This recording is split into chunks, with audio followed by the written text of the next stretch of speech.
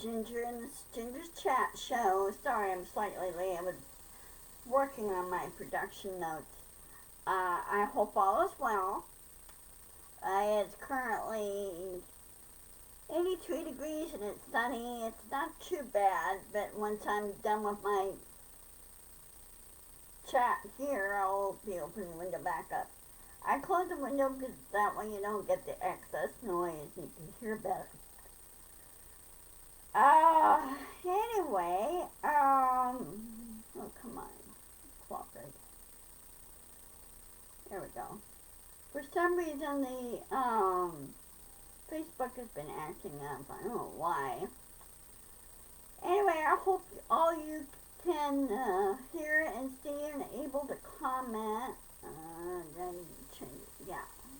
I did that. Okay. I'm checking all my settings to make sure everything's correct. So, there we go. Now it comes up. Anyway, hi Dorothy, hi Nancy. How are you guys doing over in your respective neck of the woods? Oh, did you hear that Nevada got hit by an earthquake? It was a 5.3. Also there's some nasty dust storms and get this, apple-sized hail.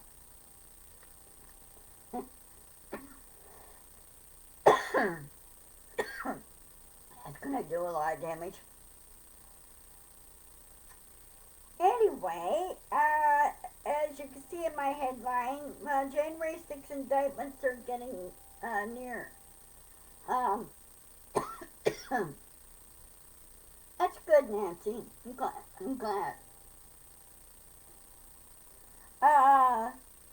They said there was a subtle signal from Jack Smith anytime he goes to Subway, he gets a sandwich, and of course 2 days later the indictment comes out, like it did happen last time when Trump was indicted for the records issue, or the stolen national security records.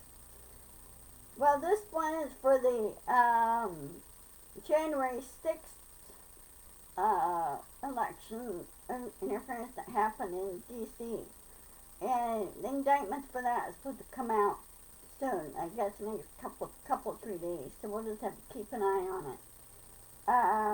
He will be indicted and arrested and everything else for it.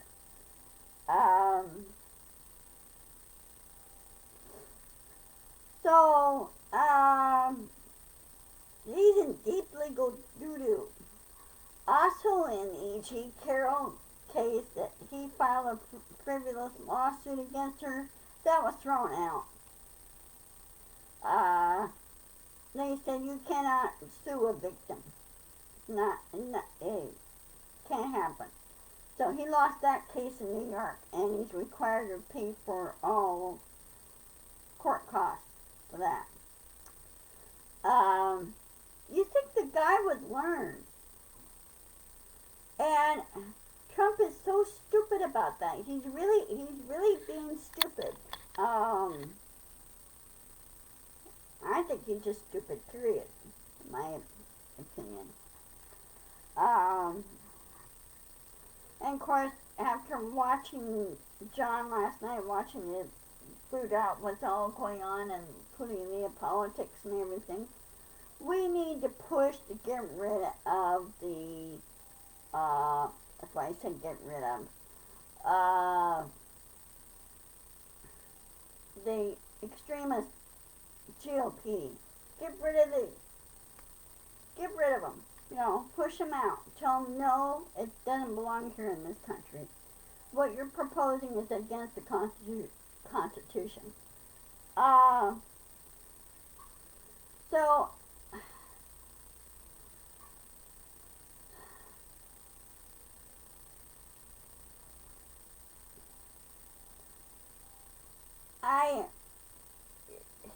there's going to be politics in everything. You run into it when you were in school. When you're in grade school, you run into schoolyard politics.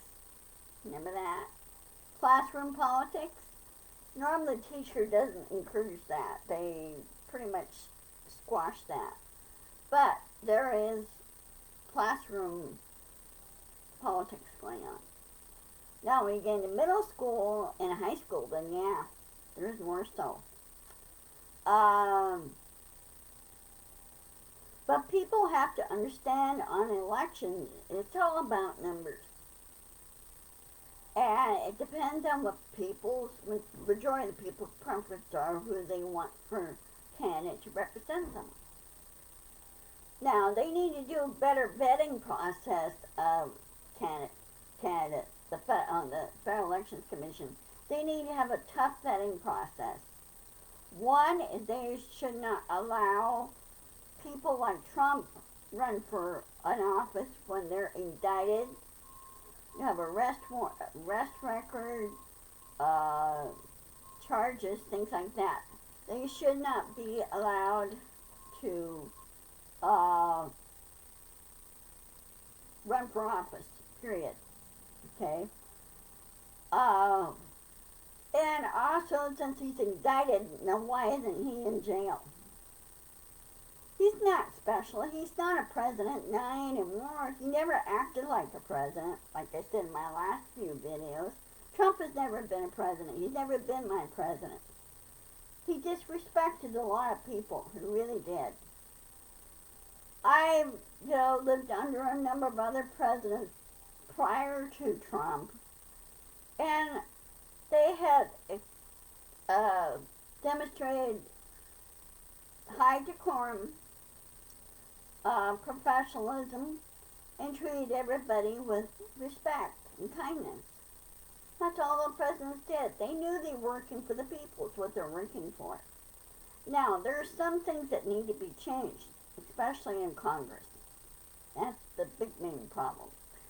We need to stop the corporate lobbyists from going in there and drowning out or crowding out people like you and me that want to talk to our senators and representatives and say, hey, we need to discuss what's going on here locally that basically falls under the federal rule, if you will, okay?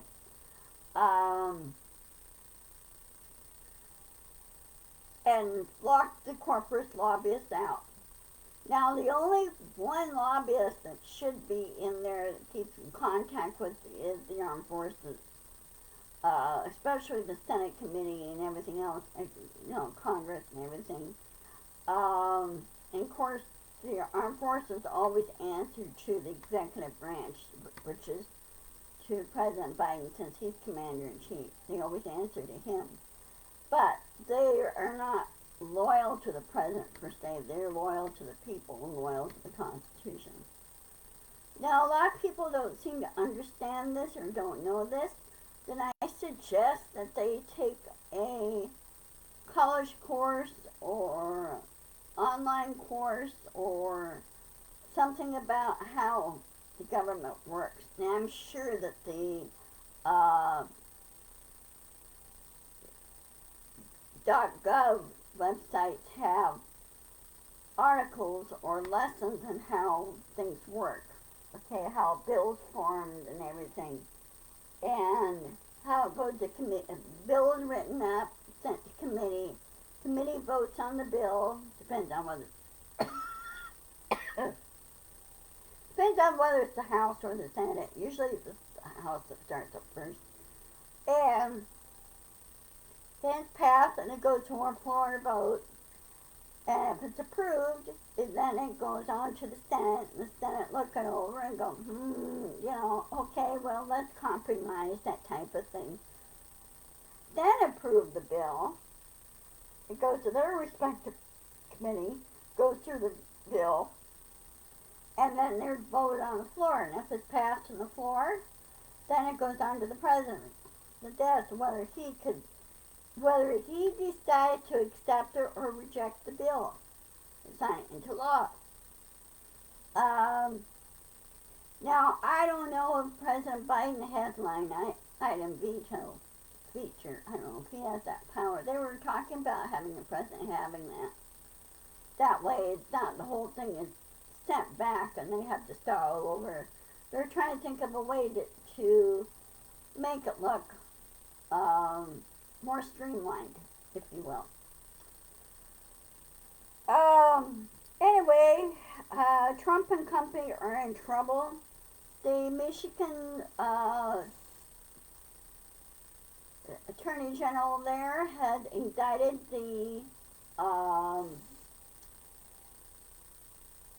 fake electors that broke federal law, federal and state law, and she got with Jack Smith and asked him about this and said, "You want us to take this case? We'll handle it, and you don't have to worry about it, because this falls both under federal and state law." And he said to the Attorney General in Michigan, "Go, yeah, you go ahead and handle that one, okay?" Because he's finishing up the January 6th one.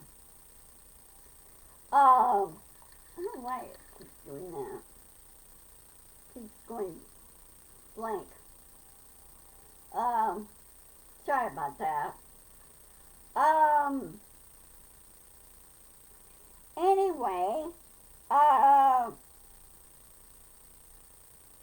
that's been worked on. They're indicted. They've been arrested. The fake electors have been indicted, arrested, and charged.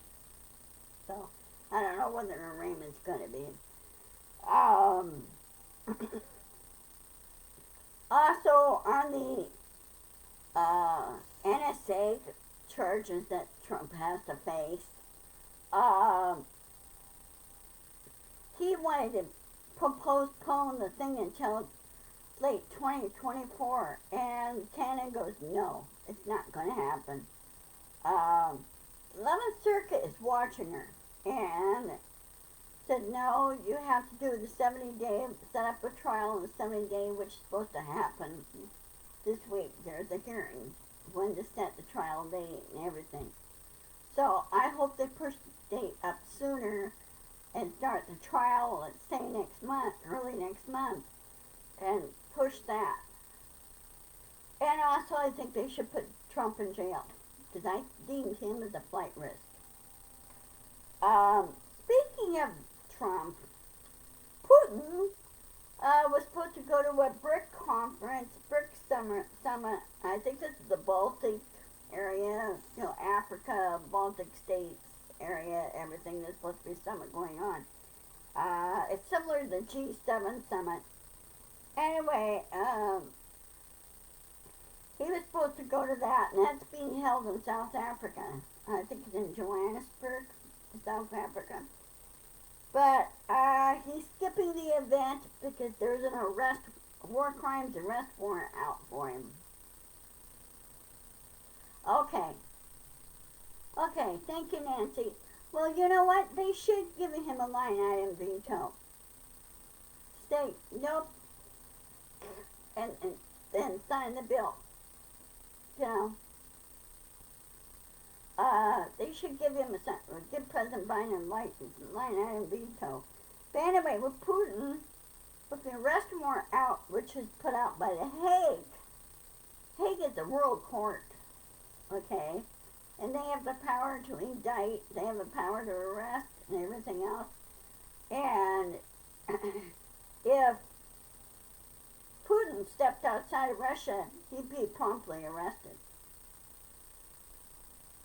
Matter of fact, I wish the FISA, but I wish the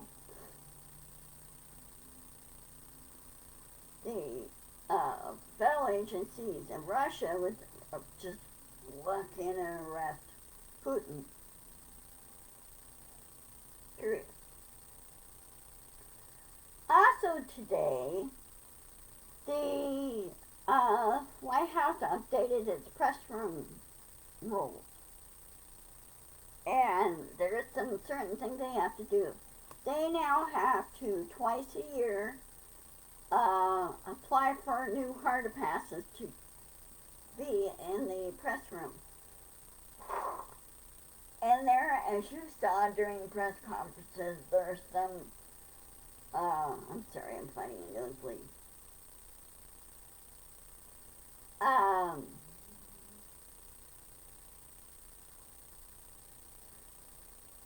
Yeah, they need, like I said, they need to change that. They really do, to save time. Anyway, in the White House press room, briefing room, the White House has updated the rules, and now all the press groups are required to renew their press passes. In other words, there's an expiration date for each pass.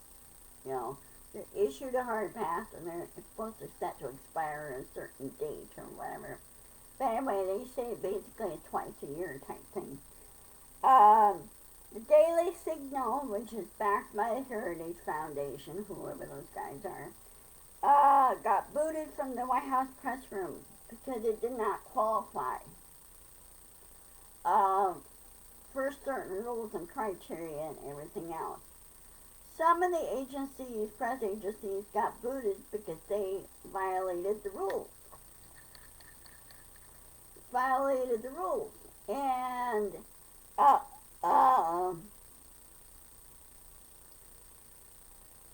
well, that happens. So anyway, the new press passes will be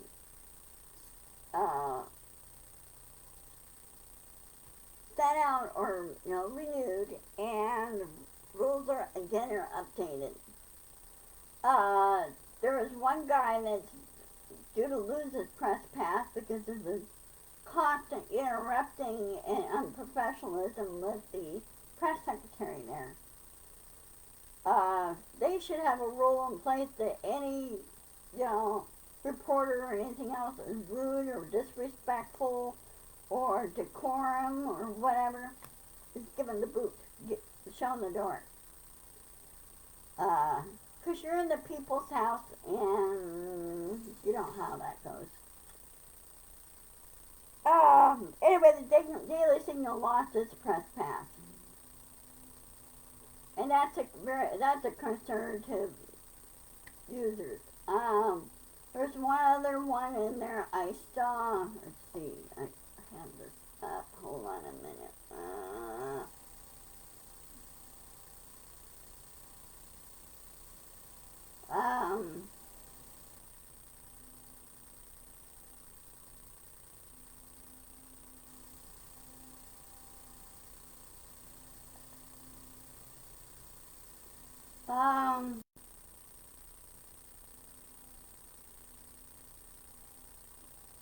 Let's see, there was one other that was kicked out. Oh, Today's News Africa, which is, it's also likely lose its pass because he spars with Press Secretary Karine Jean-Pierre. Because he was constantly being rude and it kept Ryan jabbering, yammering, and not even putting out the question. And her answer to him is there a question in there somewhere? And even the other reporter, that she employed other reporters to ask questions, he kept interrupting.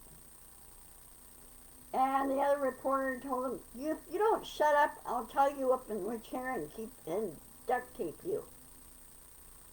Because a lot of the other reporters are sick and tired of other reporters, like the Africa Today thing, well, not being professional, let's put it this way. So, anyway, there's a number of issues that need to be fixed. They really do, okay? Let's see, what else? Well, I think that's pretty much it. I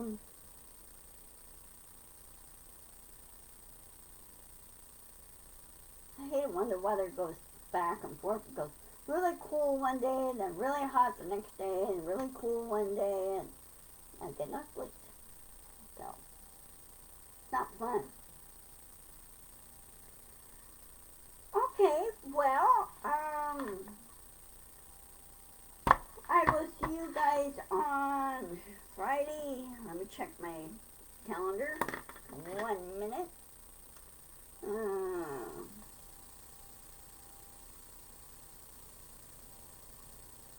Yeah, I'm good. Okay, I'll see you guys on Friday. Be sure to insist, persist, and push back. Thank you for watching. I encourage others to go to YouTube if they don't like watching on live on Facebook or don't like Facebook. They could always go to YouTube and watch a video there, though, that I will be posting. I have 40 subscribers as far as I know. I need more subscribers in order for me to go live on YouTube. So I have to get up to like 1,000, 2,000 subscribers. I like more. I like more subscribers, okay? And I do believe in putting the truth out there, okay? And pushing common sense is what I really believe in. So anyway, I love you guys. Take care. And I'll see you on Friday. Invite more others to my live show on Facebook if all possible, okay? Alright, I'll talk to you later. I'll post it to my YouTube channel, okay? Talk to you later. Love you. Bye-bye. Have a good day.